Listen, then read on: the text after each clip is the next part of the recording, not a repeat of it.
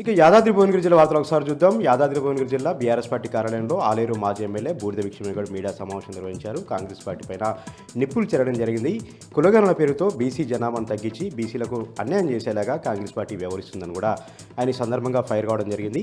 6% బీసీల జనాభాను తగ్గించి రిజర్వేషన్ ఫలాలు అందకుండా రేవంత్ రెడ్డి కుట్ర చేశారని కూడా ఆయన ఆరోపణ చేయడం జరిగింది. దాదాపుగా 21 లక్షల మంది జనాభాను లెక్కించకుండా బీసీలకు వెన్నుపోటు ఒడిచేలాగా కాంగ్రెస్ పార్టీ వ్యవహరిస్తుందని కూడా ఆయన వాపోవడం జరిగింది. ఇప్పటికైనా సరే కామారెడ్డి డిక్లరేషన్ని అనుసరిస్తూ దాన్ని అమలు చేస్తూ బీసీలకు 42% రిజర్వేషన్లు అమలు చేయాల్సిందే అంటూ కూడా ఆయన అల్టిమేటం జారీ చేశారు. లేని పక్షంలో బీసీల సత్తా చూపెట్టి వచ్చే ఎన్నికల్లో కాంగ్రెస్ పార్టీని భూస్థాపితం చేస్తామని కూడా ఆయన హెచ్చరించారు.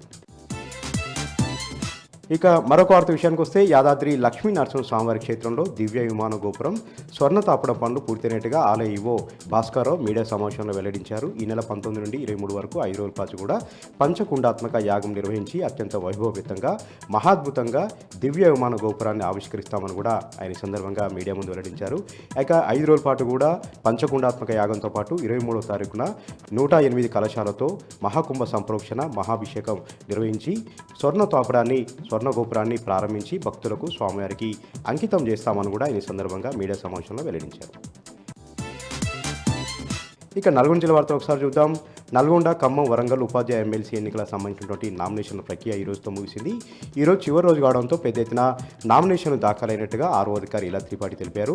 దాదాపు 40 మంది స్వతంత్ర అభ్యర్థులు అదేవిధంగా వివిధ ఉపాధ్యాయ సంఘాల నుంచి నామినేషన్లు దాఖలు చేసినట్టుగా ఆమె వెల్లడించడం జరిగింది. రేపు స్క్రూటినీ ఉంటుంది. 13వ తారీఖున విత్రాయల్స్ కార్యక్రమం ఉంటుందని కూడా ఆమె వెల్లడించారు. ఇక 27వ తారీఖున పోలింగ్ నిర్వహిస్తాం. వచ్చే నెల 3న సమాంతరంగా కౌంటింగ్ నిర్వహించేలాగా ఏర్పాట్లు చేస్తున్నట్టు కూడా ఆమె ఈ సందర్భంగా వెల్లడించారు. ఇక మరొక వార్త విషయానికి వస్తే హైదరాబాద్ విజయవాడ జాతీయ రహదారి పైన నార్కట్పల్లి మండలం గోకులాయపల్లి వద్ద భారీ చోరీ జరిగింది. విజయవాడ నుంచి హైదరాబాద్ వెళ్తున్నటువంటి ఒక ప్రయాణికుడు బస్సులో వెళ్తుండగా 23 లక్షల రూపాయలని బ్యాగులో పెట్టుకుని వెళ్తా ఉన్నాడు.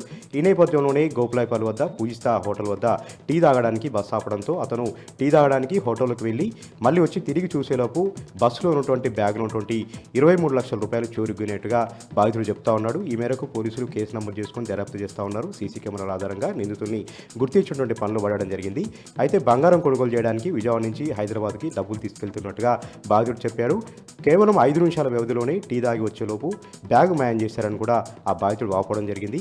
అయితే అదే ప్రాంతంలో గత కొన్ని రోజులుగా పెద్ద ఎత్తున దొంగతనాలు జరగడం, పెద్ద ఎత్తున గంజాయి కూడా పట్టుబడుతుండడంతో ప్రత్యేక దృష్టి సారించి 2 పోలీసు బృందాలను ఏర్పాటు చేసి నిందితుల్ని పట్టుకుంటామని కూడా జిల్లా ఎస్పీ తెలపడం జరిగింది.